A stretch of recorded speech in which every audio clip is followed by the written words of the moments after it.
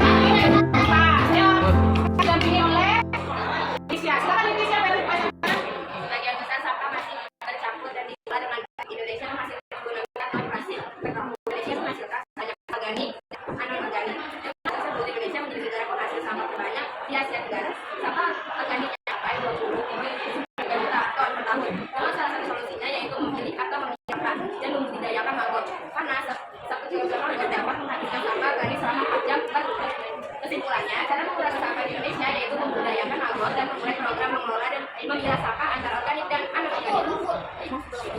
Ya, dari saya terima kasih. Terima kasih, Ibi. Tangan yang lain.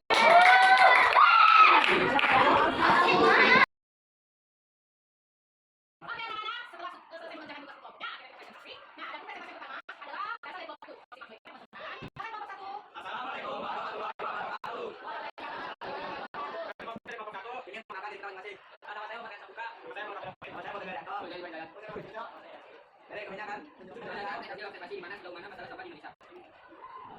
Tahu sampah di Indonesia belum keseluruhan itu. Maka sampah plastik Indonesia dapat masuk dulu. Antitator berdasarkan pusat statistik 2021. Data organisasi diadakan jumlahnya mencapai 29 juta. Pertama tersebut menjadikan Indonesia penghasil sampah organik tertinggi di Asia Tenggara. Dan solusinya yaitu memilah sampah berdasarkan kategori organik dan anorganik. Karena metode yang tepat mampu meminimalisir jumlah sampah.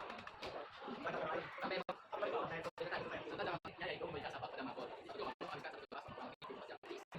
Jadi sebaik lama kurang lebih 24 jam. Jadi sebaiknya kita sampah dengan sampah di sebuah tempat dan untuk cepat benar dan aman. Teks yang sudah kalian ciptakan, semuanya sudah presentasi. Bu Elisa sudah memperhatikan hasil. Bu Elisa lihat bagus, sudah bisa menghasilkan gambaran hasil observasi yang benar-benar terdata sesuai dengan apa yang kalian amati. Hanya saja ternyata kata-kata dari 4 kelompok, tidak kelompok menuliskan teks laporan hasil observasi tidak terstruktur, dijadikan dalam satu paragraf utuh. Tidak terlihat paragraf pertama yang mendefinisikan, paragraf kedua yang menjadi bagian deskripsi bagian, paragraf ketiga yang menjadi bagian paragraf yang struktur kesimpulannya. Dan untungnya dari 4 kelompok ada 1 kelompok yang sudah terstruktur dengan baik, yaitu kelompok 4. Oke, kemudian dari 3 kelompok 4. Nah, ada pertanyaan yang belajar kita hari ini kira-kira? Baik, Bu Elisa sudah melihat hasil pembelajaran hari ini, semuanya sangat memahami dan mampu mengikuti pembelajaran. Saya juga sudah melihat hasil refleksi diri kalian dari kelompok 4 rata-rata. Hasil pembelajaran hari ini semuanya sangat paham ya. Semua yang dipelajarinya hari ini paham, kita memahami. Oke, kelompok 3 untuk menjelaskan teks LKO dan kata-kata sendiri yang sangat paham. Kelompoknya sudah dapat memberikan informasi atau fakta yang ada di dalam hasil pengamatannya itu sangat paham. Kemudian kelompok dapat membedakan antara topik dengan data utama dalam sebuah teks itu masih paham. Kemudian bagaimana membedakan antara deskripsi dan eksposisi sudah paham. Kemudian yang belum atau masih mulai memahami yaitu kelompok 3 masih baru mulai memahami merasa lebih percaya diri dalam menuliskan teks laporan hasil observasi. Ternyata kelompok 3 belum merasa percaya diri, teks LKO-nya sudah berlebihan, tapi hasilnya sebenarnya sudah bagus. Nah, kelompok selanjutnya ada kelompok 2. Rata-rata kelompok 2 itu sudah paham. Yang sudah sangat paham adalah menemukan informasi di dalam pengamatan objek yang diamati. Kemudian yang baru mulai paham yaitu membuat strukturnya. Wajar ya, karena kelompok 2 strukturnya belum ditata dengan sumberan yang ketat, mereka menjadikan satu paragraf. Kemudian kelompok 2 ada operasi. Wow, mereka semuanya sudah sangat paham. Nasional dari blog. Demikian pembelajaran kita hari ini anak-anak. Terima kasih atas partisipasi kalian. Semoga apa yang menjadi pembelajaran hari ini sangat berguna untuk kalian dan bermanfaat. Mohon maaf bila Bu Elisa ada salah kata, salah ucap, atau perhatian atau sikap ya. Nah, tugas kalian untuk besok adalah edisinya akan saya kasih lewat WA.